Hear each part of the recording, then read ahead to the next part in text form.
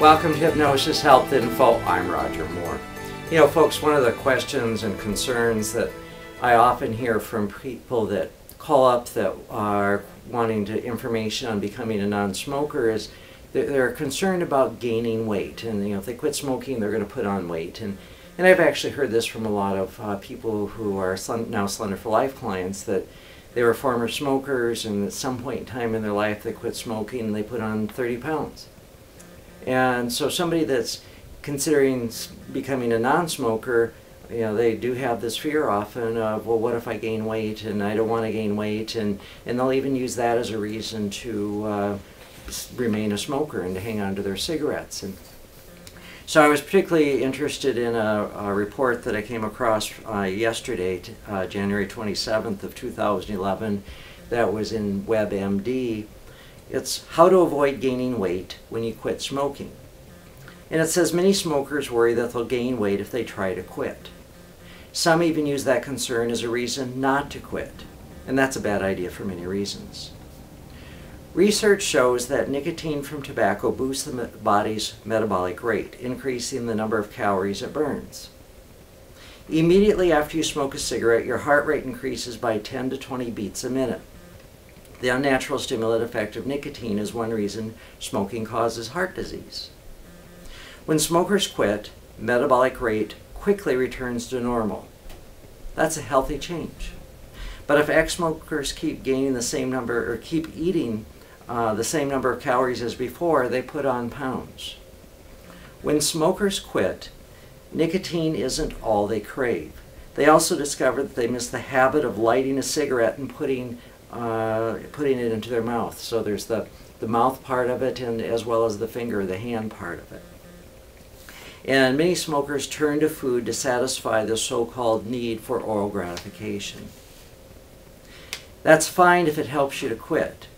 But by choosing low-calorie or zero-calorie foods, you can avoid putting on weight. Some smart alternatives include, now this is what WebMD says, sugar-free gum, sugar-free hard candies. Well, you know, folks, I would urge you to stay away from anything that's sugar-free that has artificial sweeteners in it. Don't do it. It also says celery or celery sticks. That's certainly a great option. Sliced sweet peppers and slices of jicama, also great options. But you know what? I really don't think, in my experience with using hypnosis and the Break Free Stop Smoking program, is people don't need to eat, even if it's something that, you know, like as healthy as carrots. They don't need to eat to deal with this oral gratification, that we can simply handle it through the use of hypnosis. It says to experiment to find which alternatives work best for you. Research shows some smokers who quit experience a sharpened sweet tooth. Well, yeah, tobacco leaves, cigarettes are cured in sugar water, and so a lot of the addiction that's built into cigarettes by the tobacco companies is the sugar addiction. And so there's this desire for sweetness that often comes in the form of candy, or it could also be an increased alcohol. They're better off finding foods sweetened with artificial sugar. Again, this is WebMD saying this. You know, my BS meter goes on that, and I just please urge you, do not switch to artificial sweeteners.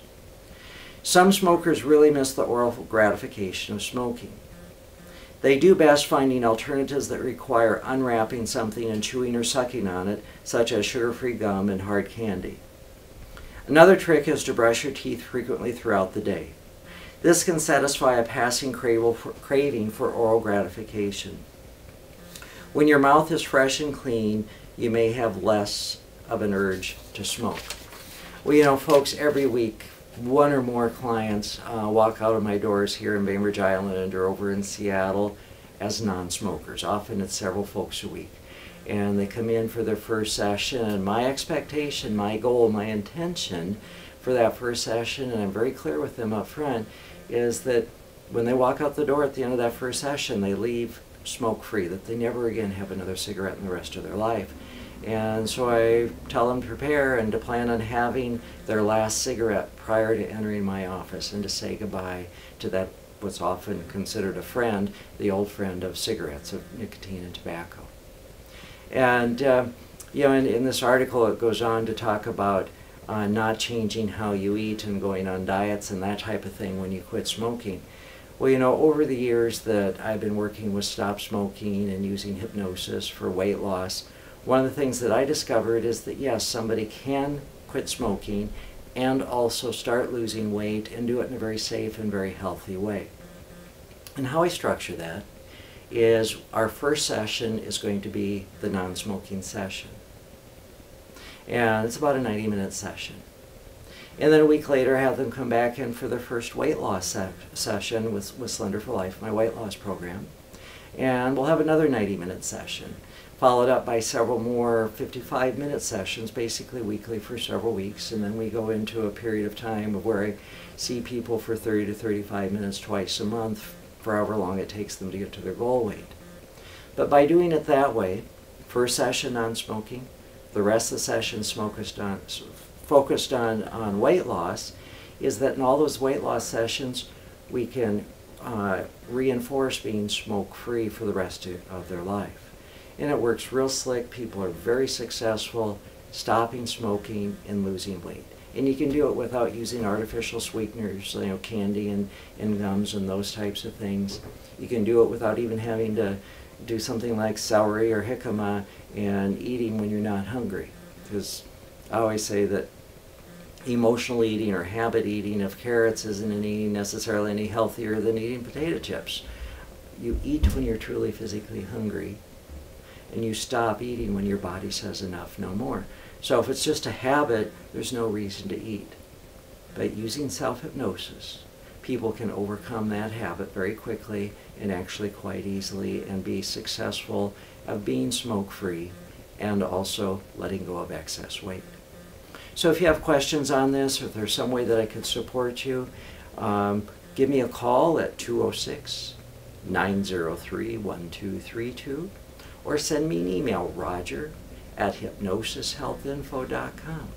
And if you live too far away from my downtown Seattle office in the Medical Dental Building or this office here in Bainbridge Island, or once a month I'm over in Forks, give me a call, send me an email, and together, either using Skype or else the telephone, you and I, we can create a program to support your goal, you and your goals of being smoke-free and also of letting go of weight or whatever challenges and issues you may be dealing with in life and would like to consider using hypnosis. Give me a call. I'm Roger Moore, and this is Hypnosis Health Info.